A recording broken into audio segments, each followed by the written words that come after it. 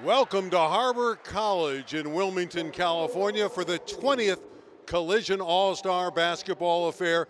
This is the girls' game. My name is Randy Rosenblum, set to call the play-by-play with the legendary head coach, Steve Miller. Steve, certainly the Southern section's the favorite in the girls' game. They've won 16 of the first 19. They're tall and they're talented. So what will the city need to do to stay in there? Pray a lot. No, the thing they got to do is full court press, and they've got to shoot threes. Otherwise, this game's over. Too much size on the CIF team. One of the outstanding players for the city section, and yes, they are the underdog, is the point guard out of Granada Hills. That's Emily Mitchell. She was the Daily News Player of the Year. Tremendous player to watch. All hustle, all heart. Very nice outside shooter. Love watching her play. We were fortunate enough last week to call the Battle of the Valley, and Ryan Payne played in that game, and she was spectacular. She's out of Sierra Canyon. She had 36 points, and she led her West team to a big victory. A little bit different format. It's the Southern section against the city here tonight. But Ryan Payne can flat out play. She can. She was outstanding in that first All-Star game. She is so quick. She can shoot the three. She can drive to the basket, and she's great vision to pass the ball. She's the all-around player going to TCU. All right, let's check out the action on the floor as the players are being introduced for the 20th Collision All-Star Game. We think this is going to be a terrific contest, but indeed, there's no question that the Southern section is the favored team.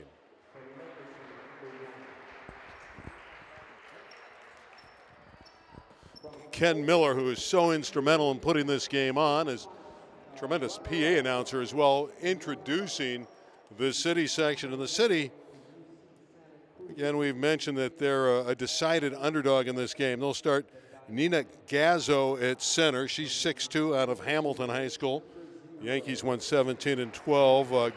Gazzo, a four-year starter and an all-city second-team player out of Hamilton.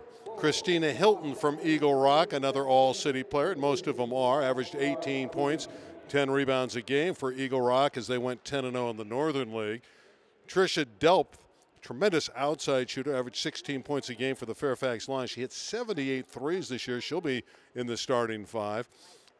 Ariana Harper, who is out of Legacy High School, 4 years all-city, 4 years the Southern League MVP, and this year's D1 Player of the Year. Ariana is a tremendous talent, averaged 19 a game this year, and can really flat out motor up and down the floor.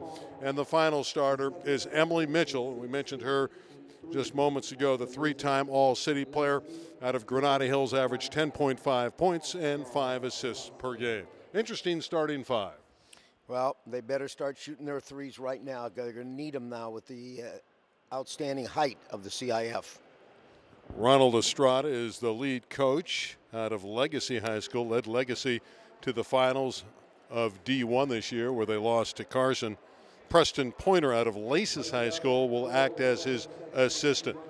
Now we're going to get the introduction of the Southern section girls and their starting five. I mean, there's just size all over the board. They'll have 6'6" and 6'8" coming off the bench. Andrea Aquino at 6'8", the power forwarder out of Rebay Academy. She'll get a starting nod, 19 years of age, one of the highly ranked power forwards in prep basketball out of Rebay Academy. Haley Jones played for the Division I champion West Torrance Warriors basketball team. On her way to Air Force is Haley Jones. Kennedy Shorts will start. She's from Long Beach Poly, wonderful program there, on her way to Grand Canyon University. Ryan Payne, who we mentioned on our pregame out of Sierra Canyon, all CIF, just a tremendous player on her way to TCU, where she'll play for Regan Pebley. And Lauren Pointer out of Serra High School, a small forward at 5'8", a defensive specialist, very tough-minded performer, will get the starting nod for the CIF Southern Section girls team. Their coach is Mackenzie Hadley. He's from Serra, and Mackenzie led his team to a 25-8 record, and they were the Division I state champions. You know, Lauren Pointer is related to the Pointer sisters, and they do the song Jump. So I wonder if she can jump out of the world. If she can't, she may not be able to use that song and her name. So we'll see about Lauren Pointer.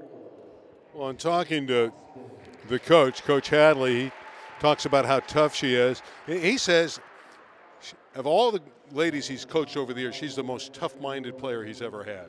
Wow, well, that's saying a lot. I can't wait to see her play. And Lauren Pointer will go to UC Riverside and play for John Margaritis there.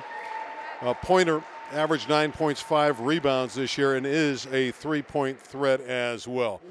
16-3, again, is the numbers in favor of the southern section in this series.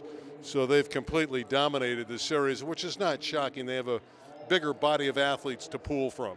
Oh, they have, they have over 500 schools to choose from, where the city's got like 100, and that's 5-1. And a lot of players are actually moving out of the city to areas where they can play for the CIF intentionally, whatever, it doesn't matter. But there's more schools, more kids to choose from. We should mention that it's Ariana Harper's birthday today. She's 19 years of age, and when Ariana came into the locker room, the young ladies started singing to her happy birthday on the city side. So at 19, she'll be excited to play on her birthday. So we expect Harper to have a nice game for the city. I think her personality will tell how well she does in this game. Sometimes you try too hard. It's your birthday. You're too enthusiastic. Other times, if she's low-key, it'll put her up normal, and she'll do fine. Last player being introduced by Ken Miller to the fans here at Harbor College is Samaje Smith out of St. Anthony High School in Long Beach, 6'6", on her way to Arizona. She's not going to start, but she may end up finishing this game. She's a phenomenal talent. Her mom, Rhonda, was a great player, Rhonda Smith. Father, James, very good. So obviously she's got the bloodline, the genes, so she's very good. And just a huge front line if they elect to do that. Samaje is 6'6". Andrea Aquino from Obey Academy is 6'8", and Patricia Morris from Duarte, where she played 4 years for the Falcons, is on her way to Oregon State. Patricia Morris is 6'7". That's unbelievable size. I think there's a rule in the All-Star rule book that only one of those girls could play at a time. Maybe not, though. Is that your rule? Yeah, it's the unfair to the other team rule. You're only allowed to have one girl over 6'5" at a time in this game, if you believe that. I don't believe that. Well, the players have been introduced here to Harbor College's fan base, and we're about ready to start. The City Girls in the blue, southern section in the orange. I love the Collision shirts. These shirts are like the best. Oh, they're so smooth and silky, and they're free, and they are great shirts, Randy. We're going to get a Lifetime Achievement Award, and Ken Miller gives this out every year. It's Jim Herrick Award. They call it the Lifetime Achievement, named after the former UCLA basketball coach. And it's going to go to Carl Buggs, the outstanding girls coach at Long Beach Poly, who over the years has had so many great teams, CIF and state championship teams. Long Beach is a hotbed for athletics in every sport. Long Beach Poly has tremendous talent, and Buggs does a great job with the girls team, and I think they're going to get him now as a salute. And he's coached in this game a couple of times, so Carl Buggs, a tremendous coach. So Ken is introducing him with a lot of different accolades going on, and well, they can do that for many, many minutes, one would think. So what he's meant to the Long Beach Poly program. And you mentioned it, there's so many great athletes that have played in so many different sports. Obviously, Long Beach Poly's football team is renowned. Their basketball teams have been very, very good over the years, and one of the great reasons is Coach Buggs. One of our own living legends with the Jim Herrick Lifetime Achievement Award. Nice plaque, too. Nice little trophy. And only Carl Buggs. Ladies and gentlemen, the hand for Carl Buggs. And here he comes out. I like this. I think this is a very touching moment, and I'm sure it means a lot to Carl Buggs. And I like the fact that they give out that achievement award every year here. I think it's great, and it's also a lot better when the person is still living to present the award. And look who's out there, Jim Herrick. My name is Jim Herrick, head basketball coach at UCLA, Pepperdine, and Rhode Island. Everything's fine at the dine, he used to tell me. I've known Coach Herrick for many, many years. This is the first time I've seen him here tonight. He snuck in the building, always well-dressed, very dapper. There he is out there with Carl Buggs. This is a great moment. Well, he was the coach of the last UCLA National Championship team with the O'Bannons, Tyus Edney, and he's out here getting the award, presenting it to Coach Buggs. And Jim Herrick is going to be an assistant coach at CSUN's men's team now. So he can't stay away from ball. And believe it or not, I coached against him when he was at Morningside. Well, I've broadcast with him. I've known him, like I said, for many years. I called a lot of his games when he was at Pepperdine.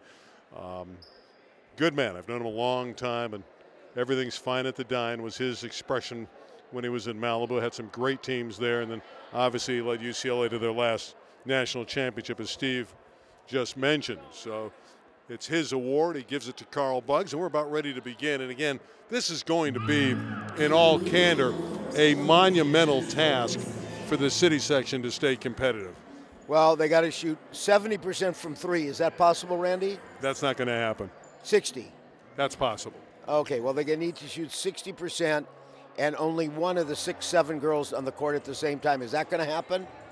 I think at some point, Coach Hadley will toy with the idea of putting them all out there. I think that because the fans are going to want to see that size out there together. Yeah, and when two girls are going to Oregon State and they're both going to room up there, that's a great thing for Oregon State. You see all the players in a group picture, which always is something that you want to have for keepsake. Didn't know that they were going to have all this pomp and circumstance. I knew that Carl Buggs would be introduced, but they do it right at the Collison games. Well, they've gone out of their way. Everybody has nice uniforms, nice shirts for the coaches, announcers, and so on. A really class act. And they had a Rising Stars 7th grade game earlier today and a Rising Stars 8th grade game. And even at noon, which was many hours ago, they had a boys youth exhibition, which was fun for everybody involved. You know, Russell Westbrook, who's involved with the Thunder in Oklahoma City, he played in the Collison games as well. And so there's been a lot of players that have come through here, both boys and girls, but certainly the big name that one everybody looks at is Russell Westbrook. Well, Russell Westbrook wasn't going to go to UCLA until Farmer went out early. That opened up a scholarship and actually was recruited out of this game to go to UCLA, although during the year they were liked him a lot. Russell Westbrook was a late bloomer, and now he's an unbelievable talent for OKC. City section in the blue with the orange numerals, orange uniforms of the taller Southern section team. We'll play 4 10-minute quarters. I love the rules of the girls' game, and I love the quarter system and the way they divvy it up. And these will be 4 10-minute quarters in this all-star affair. Well, just like the normal girls' college league, this is what they do. And also 1 and 1 is on the 5th foul of each quarter, then it's erased. Or no, all free throws are 2 shots then. Okay. Our officiating crew is Sylvia Lopez. She's our lead official. Had a nice chat with Sylvia. She's been doing this for a while. Stephanie Hunter is one of the umps, working with Olivia Lamone. And here comes the Southern section, and Aquino's the one that stands above all. Andrea Aquino out of Rebay Academy at 6'8", wearing number 30. Hard to miss. Last game, the All-Star game in the Valley, Aquino showed great depth around the basket. She was very strong from about 10 to 15 feet. She rebounded well, and the second half she was the dominant player.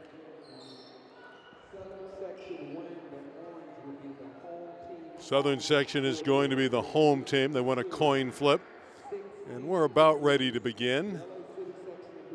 We'll talk to the players about good sportsmanship, I would imagine. We expect to see that here today. Oh, there should be great sportsmanship. Nobody wants to get hurt in an all-star game, and girls don't necessarily fight as much as the boys. I'm sure this will be competitive, but good sportsmanship shall be available in this game. I'm excited to see Ryan Payne again out of Sierra Canyon, the 5'8" guard on her way to TCU. We saw her pour in 36 points in the Battle of the Valley. So quick, I think she's ready for college. I would be really surprised if she doesn't start at TCU unless they have a returning player that's better than her, but it's going to be tough, but she's going to play a lot. Well, Regan Peebley has a very good club at TCU. They went 23-13 this year, but you're right. Ryan Payne can flat out play, and she's so quick in the open court. Well, the chat is over. Aquino's in the center circle. Ariana Harper, her birthday gift, I guess, for being 19 years of age is to try to jump center against Aquino, but this is somewhat of a discrepancy in size. Yeah, but I think she's going to step on Aquino's foot before she goes up, which will neutralize it. They were already talking about the difference in height on the jump ball. So she's ready to spring into action, Randy. Here we go. The 20th Collision All-Star Game. It's conceded, and the Southern section has it. Payne all the way for two. I saw that last week at the other All-Star Game. She's so quick, you got to get off her and make her shoot. Delph for three, and she's a great three-point shooter. Came up empty there, and Payne's pass is picked off beautifully by Christina Hilton. And this is Emily Mitchell, the outstanding point guard from Granada Hills. And Delph is the shooter. That one is blocked beautifully out of bounds by Kennedy Shorts. Very quick athlete, almost stole the ball twice now. Quick off the floor. Emily Mitchell, very composed, led Granada Hills into the city finals in the open division where they lost to Fairfax. Payne deflected it out of bounds, and there's Payne on defense. She's everywhere. She's ubiquitous, Randy.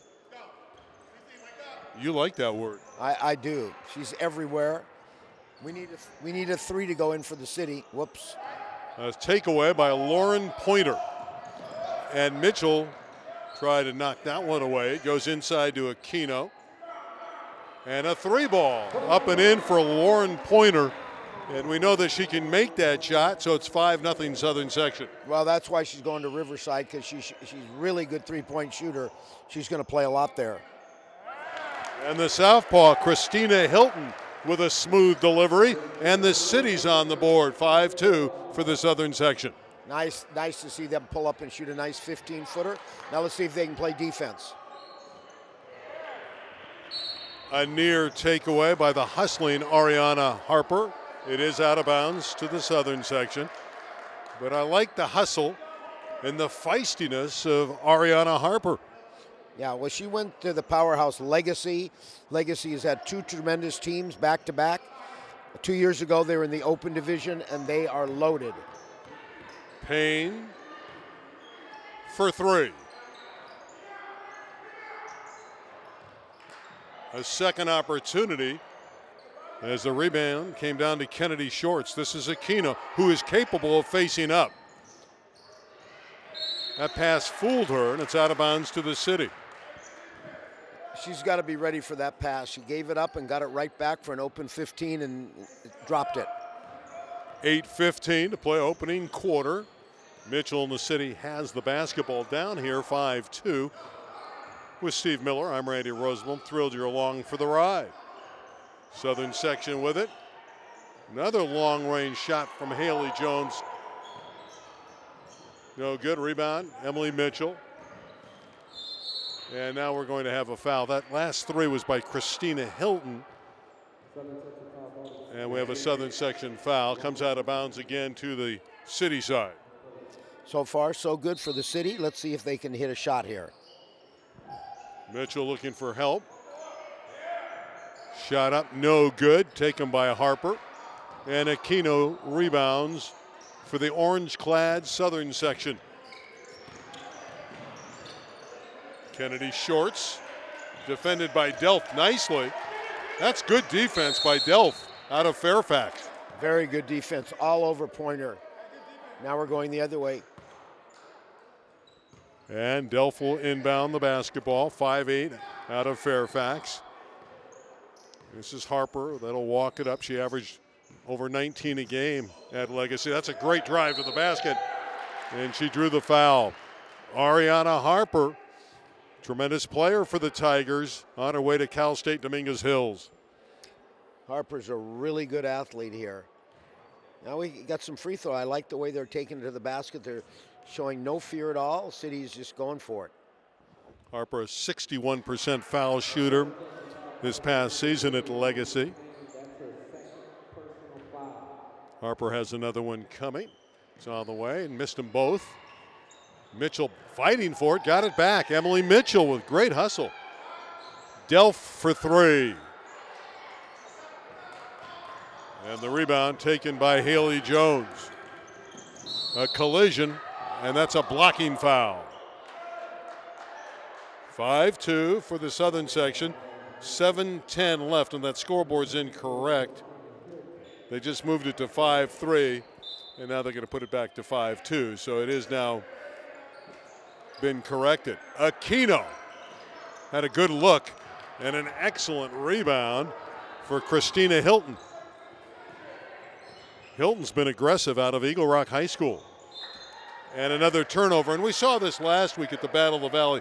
Early in the game, teams not on the same page. It takes a little while to get accustomed to one another. Absolutely, at least a quarter here. Plus the CIF is overplaying, which you must backdoor out of that. You just can't dribble right into it. If you don't backdoor, they're going to just keep overplaying and stealing the ball. 5-2 it remains as the city continues to play tight defense. Into Aquino all the way. Missed the shot, but Southern section gets it back, and another turnover. And the city coming up the floor with Hilton, and she lost it. And a freebie for Lauren Pointer. Great hands by Pointer. So very fast bounce pass, but she just sucked it up. Harper all the way. She's getting to the basket. So far, she has not been able to get it to fall for her. Here's Payne in the open court. Shot is up, no good, but a foul on the city side.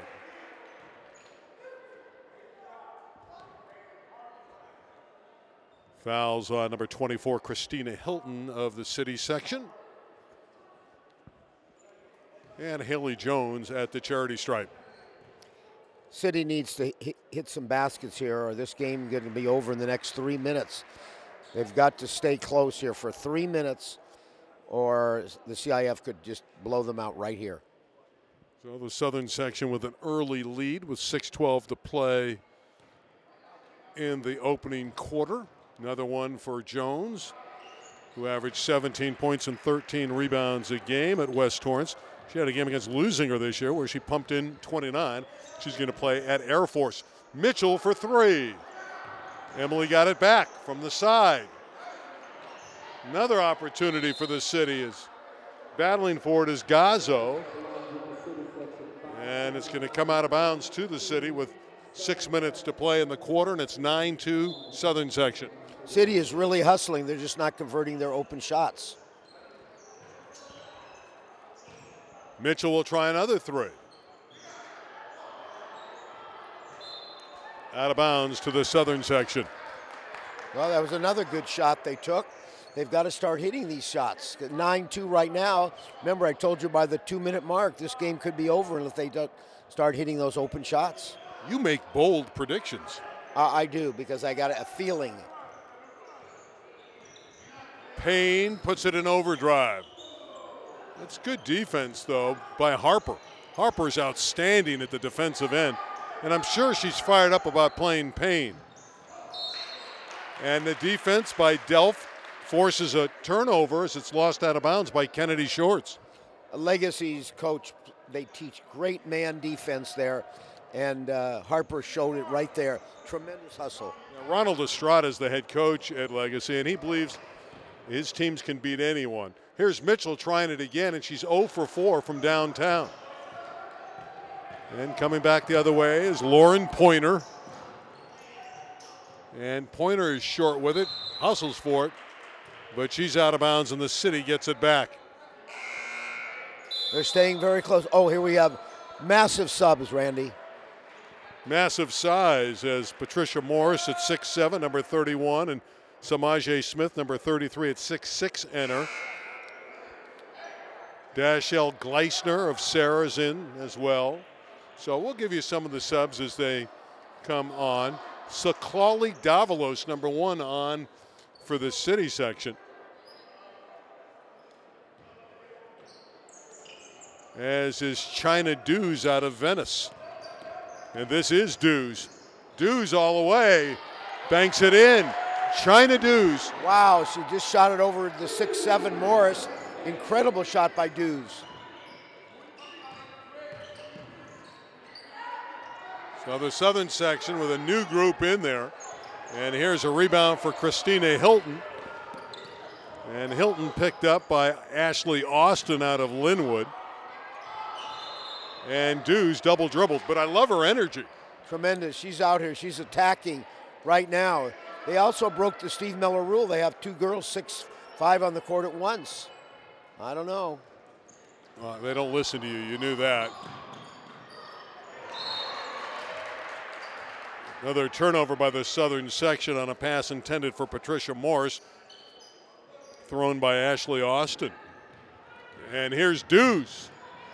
That's a great pass. Beautiful pass by Dews, and Ashley Bernal out of Eagle Rock scored, and suddenly it's 9-6. Power inside as Morris went up strong, and Patricia is 6'7".